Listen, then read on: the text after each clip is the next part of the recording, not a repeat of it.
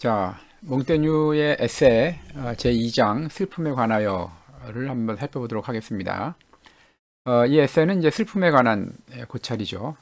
먼저 이제 그 각주에서 번역자들이 밝혔듯이 몽테뉴는 토마스 아퀴나스나 데카르트 같은 철학자들이 정념을 다루는 것과는 다르게 좀 이론적인 방법으로서가 아니라 실질적으로 이 정념이라는 것이 인간 삶에 끼치는 영향에 주목을 하면서 정념을 다루고자 합니다.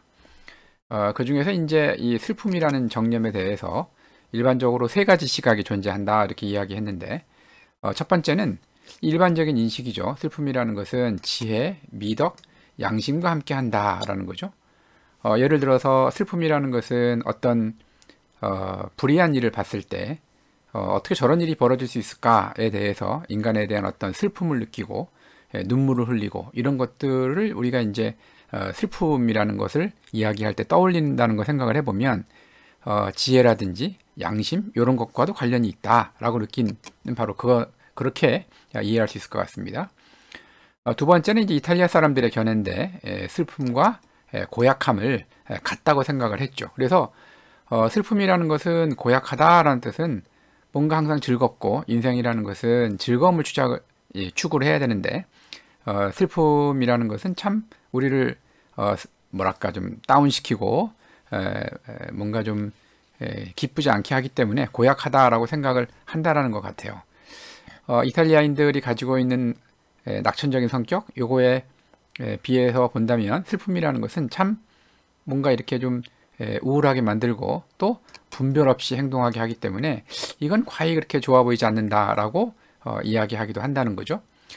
세 번째는 이제 스토아학파의 견해인데 스토아학파는 뭐라고 이야기했는가 하면 현자라면 그런 감정에서 벗어나야 한다고 가르쳤다고 몽테뉴는 이야기합니다. 그러면 이 슬픔이라는 이 글에 대해서 몽테뉴가 주장하고자 하는 견해는 세인의 견해를 따라서 슬픔이라는 것이 고귀한 거다라고 존중하지는 않는 것 같습니다.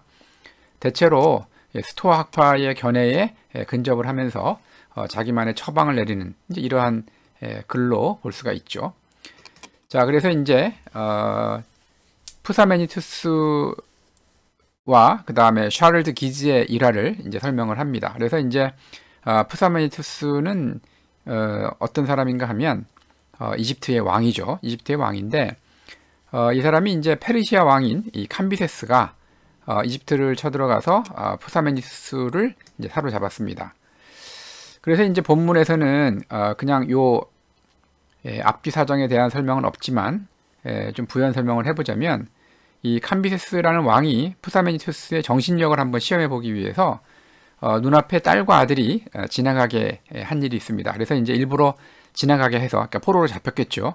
지나가게 해서 이 사람이 어떤 반응을 보이는지를 한번 보고 싶었던 거죠. 그랬는데 이제 이 푸사메니투스 앞에 딸과 아들이 지나갔을 때는 푸사메니투스가 눈물을 흘리지 않았죠. 그런데 푸사메니투스의 친구, 이 번역서에서는 이제 친지한 사람이라고 했으나 친구가 정확한 의미인데 친구가 이제 앞을 지나가니까 그때 비로소 눈물을 흘렸습니다. 원래 이제 그 친구는 왕의 술친구였으나, 그러니까 푸사메니투스의 술친구였죠. 그런데 굉장히 부자였지만 재산을 모두 잃고 알거지가 되어서 병사들에게 구걸을 하는 처지에 놓인 이제 이러한 상태를 보니까 푸사메니투스가 이제 그때야 비로소 친구를 보고 눈물을 흘렸다 이런 얘기죠. 캄비세스가 이제 푸사메니투스에게 물었죠. 넌 어떻게 집안 식구들의 불행은 울지 않고 어떻게 친구의 불행에 대해서는 울으냐 이렇게 이야기하니까 집안 식구들의 불행은 울기에 너무나 크기 때문에 이거는 뭐 눈물로서 표현할 수가 없는 거고 친구의 고통은 울어줄만 하다라고 이제 답을 내냈다고 하죠. 이 말을 듣고 이제 캄비세스가 푸사메니투스에게 자비를 베풀었다라는 것이 헤로도토스의 역사 제3권에 등장하는 이야기입니다. 이어서 나오는 그 샤를드 기즈의 일화는 이제 이걸 통해 갖고 사람들이 흔히 어떻게 이야기하는가 하면 슬픔이 마치 물처럼 차올라 경계를 넘어선다라고 해석을 합니다. 그래서 슬픔이라는 것이 맨 처음에는 조금 있을 때는 눈물까지 나오지 않지만 차곡차곡 쌓이다 보면 그것이 마치 물이 흘러넘치는 것처럼 눈물이 돼서 흘러나온다라고 이제 해석을 하죠. 샤를드 기즈의 일화가. 자, 그런데 이제 프사메니투스의 일화와 샤를드 기즈의 일화를 갖다가 나란히 놓고 봤을 때 이 두 개가 뭔가 이렇게 그냥 비슷한 사건들을 갖다가 나열했다라고 보기에는 좀 이 배치가 그렇게 보기엔 좀 어렵습니다. 오히려 프사메니투스의 사건을 통해서 샤를드 기즈의 일화를 해석을 하는 관점에서 그렇게 봐야 될 것 같습니다. 그래서 우리는 흔히 샤를드 기즈의 일화처럼 대상에 따라서 양적인 차이가 있지만 질적인 차이가 없다. 그러니까 슬픔이라는 것은 양적으로 조금씩 조금 있을 때는 별로 그것이 눈물로 나오지 않다가 이것이 많이 차면 눈물이 나온다라고 흔히 생각을 하지만 그게 아니라 이 프사메니투스의 일화에서 보는 것처럼 어떤 질적인 차이가 있는 거죠. 그러니까 어떤 대상에 대해서는 눈물을 흘리지 않는, 그러니까 슬픔을 표시하지 못할 만큼 마음이 아픈 그런 정념에 사로잡힐 때가 있고, 어떤 대상에 대해서는 눈물로 슬픔을 표현하기에 적절한, 그걸로만 해도 충분한 그러한 대상이 있다라고 이야기할 수가 있는 거죠. 그래서 눈물로 표현할 수 있는 슬픔과 그것을 넘어서는 그러한 고통은 서로 구분된다라는 것이 몽테뉴의 설명입니다. 그래서 이제 말로 표현하기 어려운 고통을 이제 탐색하기 시작을 하죠. 첫 번째는 이제 기원전 4세기 그리스의 화가인 그 티만테스라는 화가의 이야기를 언급을 하고 있습니다. 티만테스라는 말은 나오지 않지만 47페이지에 보면 이피게네이아의 희생 장면을 그릴 때라고 되어 있죠. 이피게네이아는 이제 원래 이 트로이 전쟁에서 그리스의 총사령관인 아가멤논의 딸입니다. 그런데 이제 트로이를 정벌하기 위해서 그리스군이 이제